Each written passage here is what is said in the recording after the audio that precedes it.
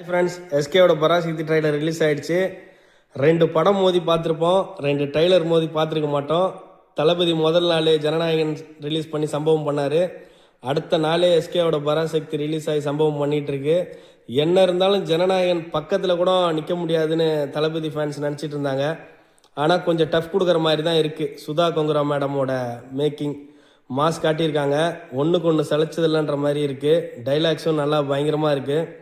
அமரன் படம் போல் இதில் எஸ்கே கிளைமேக்ஸில் இறக்கிறதுக்கு நிறைய சான்ஸ் இருக்குது.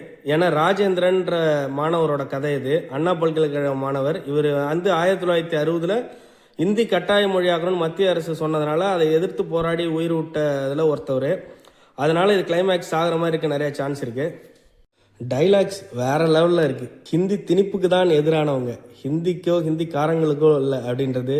என் செந்தமிழை காக்க பெரும் சேனை ஒன்று உண்டு அப்படின்வாரு. டெல்லி என்ன இந்தியாவா அப்படின்னு கேட்குறது. அண்ணா பெரியார்கிட்டலாம் விருது வாங்கினவன் இந்த பிள்ளைகிட்ட ஹிந்திக்கா அடி வாங்குறியடா அப்படின்றது.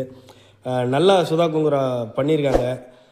ஸ்டைலான ஒரு லுக்கு. ஜெயம் ரவி எப்படி தனி ஒருவனில் அரவிந்த் சாமி இருப்பாரோ அந்த மாதிரி இவர் இருக்கார்.